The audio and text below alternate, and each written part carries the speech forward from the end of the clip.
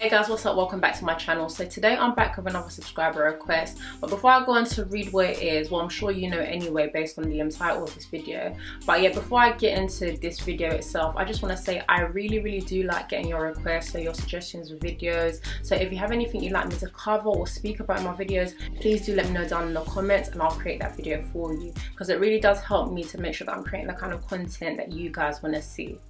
So anyway, back to this subscriber request. It was, can you do a video on what you allow tenants to do, e.g. pets, making arrangements? I think that means like making amendments, painting, shelving, holes, etc. So first of all, I just want to say that when you go into property as a means to make more money for yourself, to generate more cash flow, you want to reduce your costs as much as possible, okay? You want to make sure that you totally remove anything that can reduce your profit margins. And so naturally, renting out your property, you want to make sure that you avoid renting it out to people or allowing things that will make you have to do more work when the tenancy ends. Because obviously, if the tenants that you had previously have done things to damage your property, you're going to have to make sure that you fix up so that it's ready and up to scratch for the new tenants to move in. So in short, the aim of the game is to say no to anything that's going to potentially give you more work to do and therefore have to spend more money on the property and basically reduce your profit margins. So now that we've hashed that out, I'm going to go into the things that I do not allow tenants to do in my property, as well as certain types of tenants that I may not allow to rent out my property. Number one,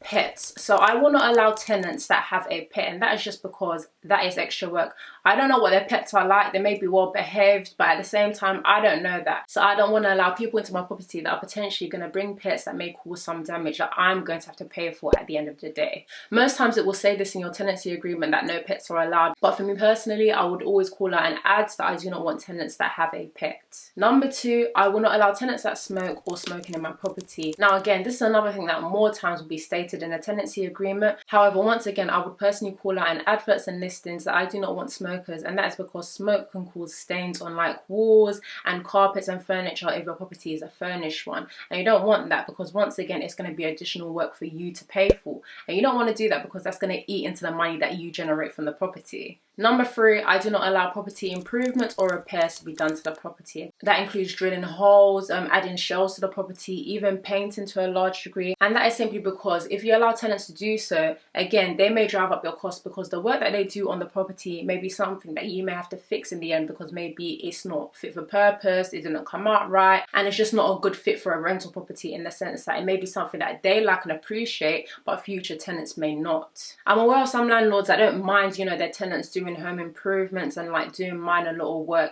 and that's simply because they feel that rather than them having to pay for maybe home improvements and maybe painting the house a certain color, if a tenant's willing to do it, obviously you'd save money in that sense because you as the landlord wouldn't have to pay for it because the tenant's footing the bill.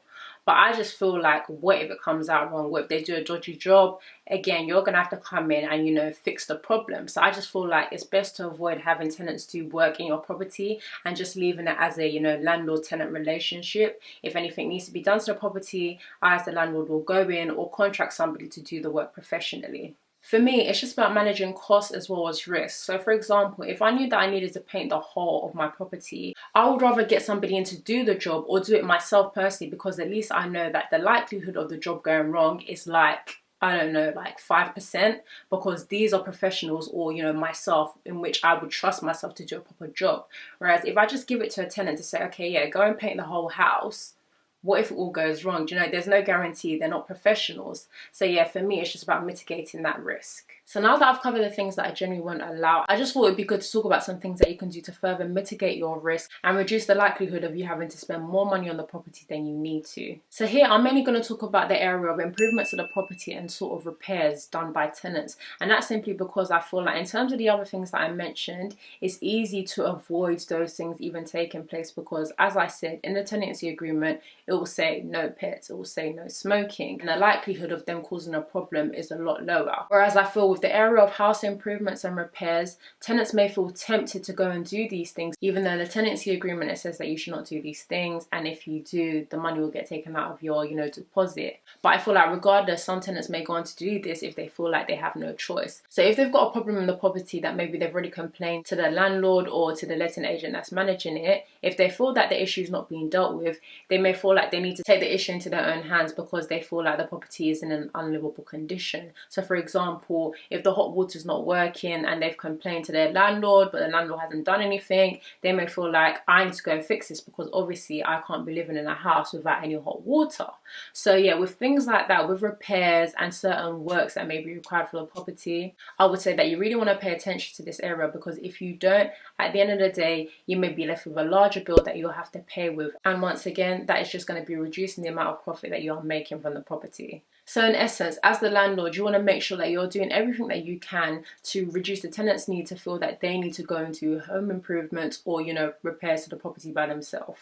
So to do this, first of all, you want to be prompt with repairs, as I said. So if they complain that there's an issue with the property, you want to go out there or get somebody to go out there and fix it ASAP, okay? Do not waste time. Do not think, oh, I can do it, in a week's time, or I can do it later. Get it sorted as soon as possible, because that is going to reduce the amount of stress that you have to deal with later if, a tenant just has to go and do something that they should not do. You want to follow up after repairs to make sure that everything is okay. So if there was an issue with the boiler and you got somebody out there to go and fix it, you want to follow up with the tenant to make sure that, everything is good. The hot water is working, central heating is working, because, again, at the end of the day, if you've got somebody to go and do the work, but actually it turns out the problem hasn't been resolved, again, the tenant may feel they need to go and do something by themselves because you have not fixed the problem for them and the property is not in a livable condition. The third thing that you want to do is just check in with your tenants from time to time generally to see how they're doing, how things are.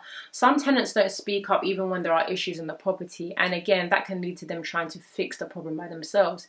You do not want that. The fourth thing that you want to do is have open communication channels, particularly for landlords that are self-managing their property. So in particular, if you've got a property that is a HMO, you might want to create, a WhatsApp group for that property so that they're able to drop in, their messages about any concerns or issues that they have, and then you can try and resolve them as quickly as possible. If you don't want to go down the route of creating a group, then you just need to make sure that they have your contact details and they can reach you when they need to, okay? Make sure that that communication is constant and open so that they feel that, you are concerned and are willing to, deal with the issues that they have. Again, removing the need for them to feel that they need to do anything. So guys, to conclude this video, I basically just want to leave you with some general advice, and that is simply that, one, you want to keep an eye on your property. Nothing's going to make sure that you keep yourself out of trouble more than this. You want to do regular visits and inspections as required. So visits every 3 or 6 months to the property to make sure that, everything is working properly and everything is in good order. Even just down to the fact of making sure that the property is being maintained in a good and clean state. You want to do property visits and inspections to make sure that, all of this is happening and things are working and, looking as they should do, basically. So of course you want to give your tenants notice, which is 24 hours written notice.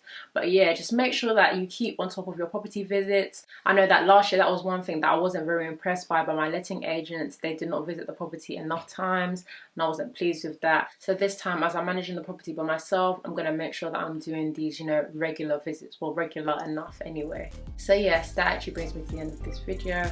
I hope you've enjoyed it. I hope you found it useful. Please do let me know down in the comments which of these suggestions or tips that you might want to be taking on.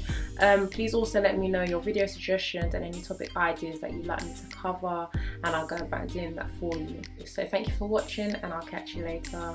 Bye.